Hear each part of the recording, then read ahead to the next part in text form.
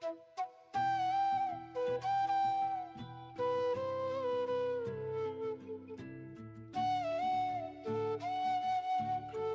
हुआ जब उस लड़की ने अपने कुछ पर्सनल पिक्चर्स शेयर किए।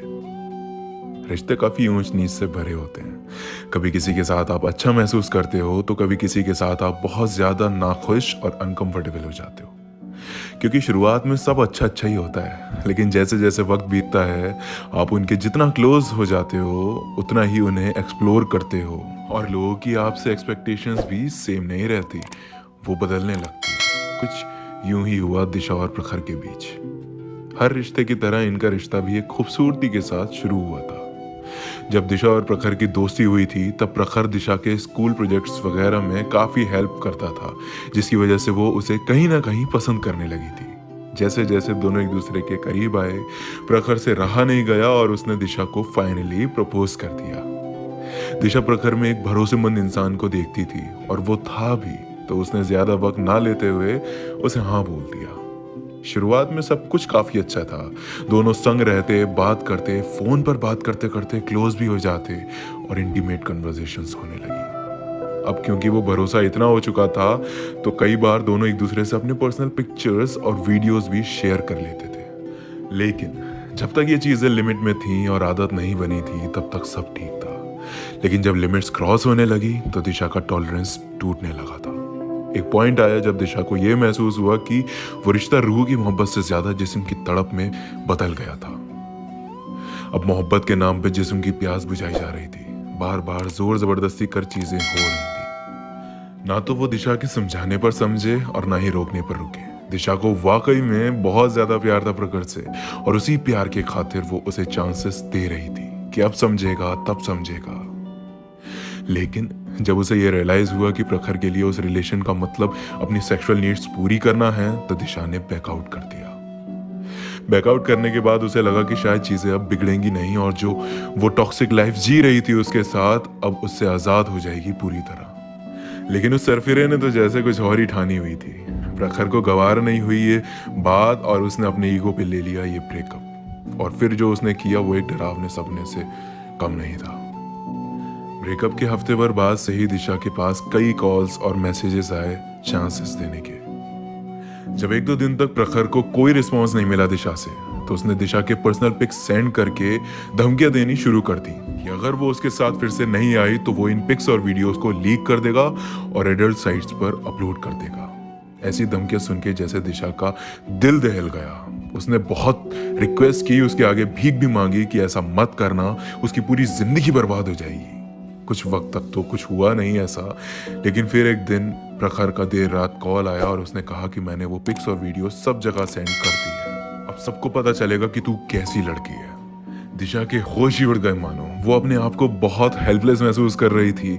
उसे समझ नहीं आया कि वो क्या करे। पेरेंट्स को ये सब बताने से डर रही थी क्योंकि वो नहीं समझते उसे। कुछ भी करने से डर रही थी वो। उसको ख्याल आया कि वो ऐसी बदनामी भरी जिंदगी जीने से बेहतर है कि अपने आप को खत्म ही कर ले, तो उसने कोशिश भी की सुसाइड करने की, पर उसके माँ बाप का चेहरा सामने आ गया। लेकिन उसने गिव अप नहीं किया। 2 दिन बाद उसके एक फ्रेंड का मैसेज आया, तो उस मैसेज में उसने उसकी प्राइवेट पिक्स सेंड कर रखी थी, जिसको देखकर उसे यकीन हो गया कि प्रखर ने जो कहा था वो कर ही दिया था। वो पूरी तरह टूट गई। जब उसकी ऐसी हालत उसकी माँ ने देखी तो उससे सब कुछ पूछा और ना चाह के भी दिशा ने सब कुछ बता दिया। जब बच्चे टूट जाते हैं तो माँ बाप की रिस्पॉन्सिबिलिटी होती है उन्हें जोड़ने की, ना कि उन्हें और तोड़ने की और बदनाम महसूस कराने की। और दिशा की माँ ने अपनी रिस्पॉन्सिबिलिटी समझी और इस पूरी सिचुएशन को अच्छे से समझा और डिसाइड किया पुलिस स्टेशन जाकर प्रखर के खिलाफ कंप्लेंट करने की। काफी वक्त लग गया इस पूरे मामले को शांत होने में, और जो सजा मिलनी थी प्रखर को वो मिली भी। अब बात यहाँ आती है कि आखिर कौन गलत है। तो देखो, गलती दोनों की ही है। लड़की की भी गलती है कि उसने अपने पर्सनल पिक्स शेयर किए, और लड़के की भी है कि उसने उन पिक्स को रिवेंज लेने के लिए दुनिया जहान में लीक कर दिया। आज के एडवांस इन्फो टेक्नोलॉजी के ज़माने में आपके पिक्स आपके फ़ोन तक में सेफ नहीं है। प्रिवेसी जैसी कोई चीज़ नहीं। आपके फ़ोन में इतनी ऐप्स हैं, उनका एक्सेस गैलरी को होता है, तो ये पिक्चर्स कभी भी मिसयूज़ हो सकते हैं। इन्हें कभी भी क्लिक करके स्टोर मत करो फ़ोन में। और कभी भी किसी को सेंड मत करो, चाहे लोग कितने ही ट्रस्टवर्दी क्यों ना हो। कई बार जानकर तो कई बार अनजाने में उन पिक्स का मिसयूज हो जाता है। और हर माँ बाप वैसे नहीं होते जैसे दिशा के थे। कई पेरेंट्स बच्चे को ही एक्सेप्ट नहीं करते, तो कई बार आप दुनिया की नज़रों में गिर जाते हैं। आज भी कितनी लड़कियों के साथ रेप होता है और हरासमेंट होता है और वो चुप रह जाती हैं, नहीं बोलती कुछ, क्योंकि उन्हें डर है अपने माँ बाप की बदनामी का। मैं बस ऐसे लोगों से यही कहना चाहूँगा कि डरो मत, आवाज़ उठाओ गलत के खिलाफ, क्योंकि तुम जितना डरोगे लोग उतना ही डराएंगे तुम्हें।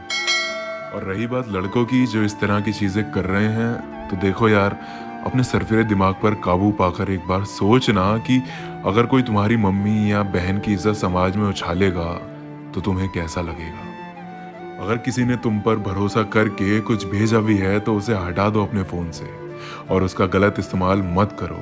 तुम्हें आइडिया नहीं है, पर यह बहुत ही ज़्यादा सेंसिटिव चीज़ है। किसी की ज़िंदगी तक ख़त्म हो सकती है तुम्हारी एक हरकत से। कभी ऐसी चीज़ मत करो जो किसी की जान पर बनाए, क्योंकि उसकी जान लेके तुम भी ज़िंदगी जी नहीं पाओगे, सड़ते रह जाओगे जेल में और माँ बाप की बदनामी होगी वो अलग। ये एक फिक्शन स्टोरी नहीं है, ये हकीकत है ज़माने की। Please take care of yourself and the people around you.